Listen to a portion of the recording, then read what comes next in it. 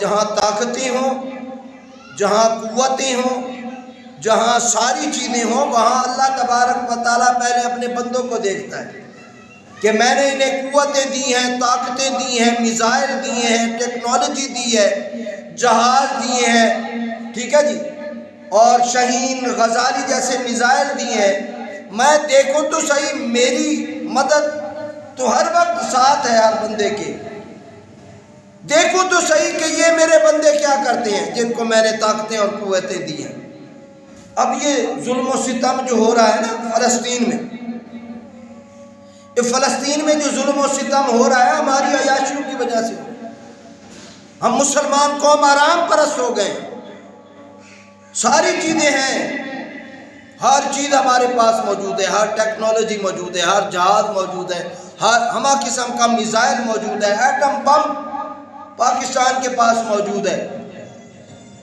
لیکن وہ چاہتا ہی نہیں ہے۔ تو جب بندہ ہی نہیں چاہے گا تو اللہ تبارک و تعالیٰ کیسے مدد فرمائے گا؟ بندہ اٹھ کھڑا ہونا، اگر ایسے ہی مددیں ہو جاتی تو حضرت محمد مصطفیٰ احمد مجتبیٰ صلی اللہ علیہ وسلم بدر میں نہ نکلتے، 313 مسلمانوں کے ساتھ،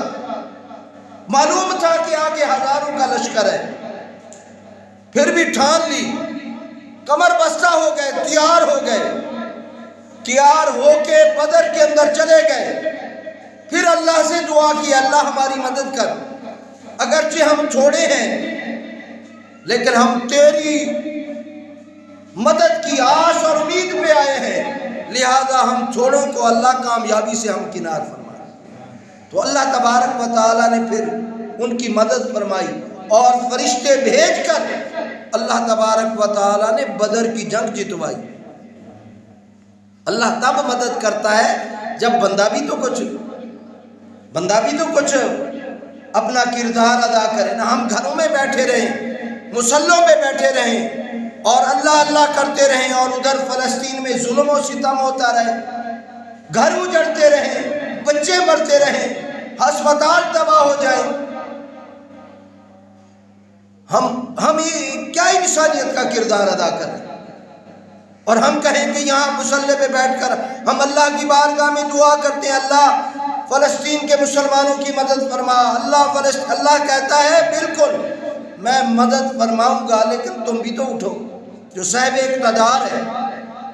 جو حکومت وقت ہے، اس کو بھی تو کچھ کردار ادا کرنا چاہیے، اس کو بھی تو کچھ سوچنا چاہیے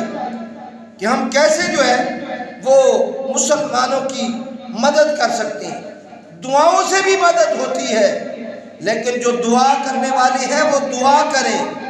جو دوا کرنے والے ہیں وہ دوا کریں، وہ بھیجیں۔ یہ غزالی، یہ شاہین، یہ سارے میزائل ہم کیا کریں گے؟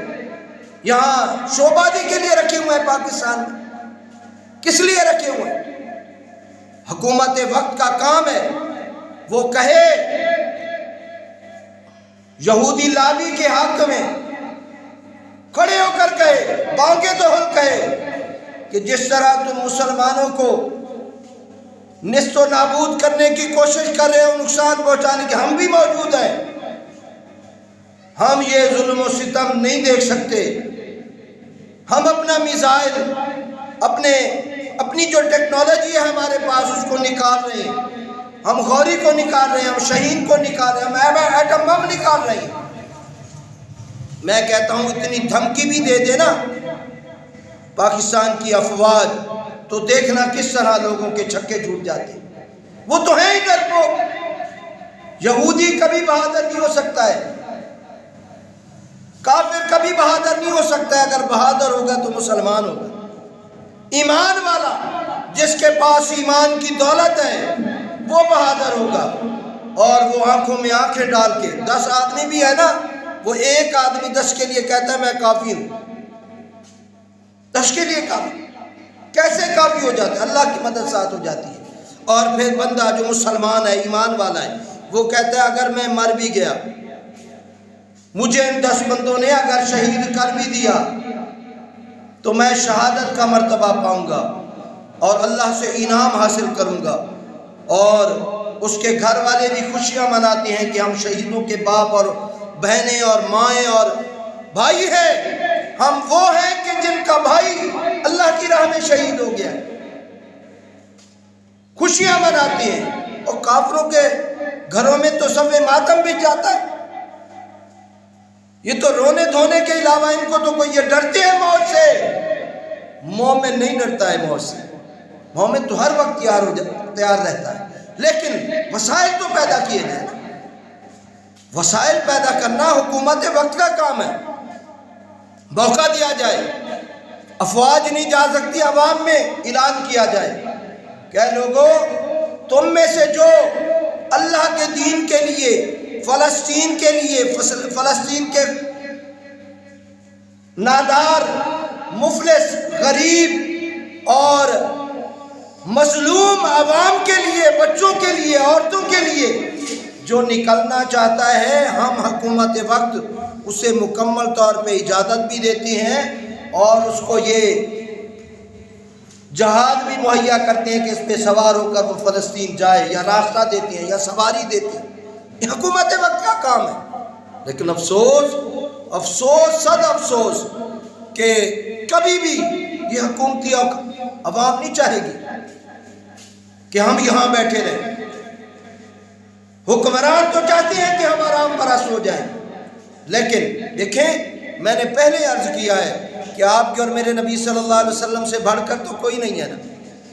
اور آپ کے اور میرے نبی صلی اللہ علیہ وسلم دعا کے لیے ہاتھ اٹھائیں تو اللہ تبارک و تعالیٰ فوراً قبول کر لیتا ہے۔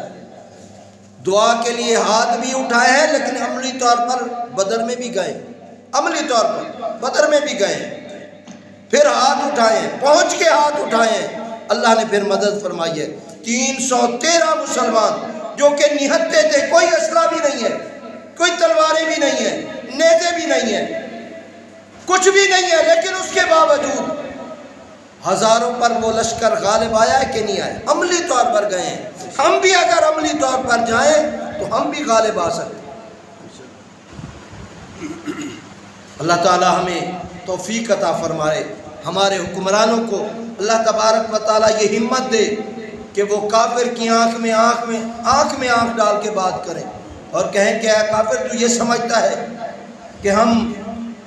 مسلمان یکجا نہیں ہیں، متحد نہیں ہیں؟ نہیں ہم متحد ہیں، جہاں کیونکہ المسلم اخو المسلم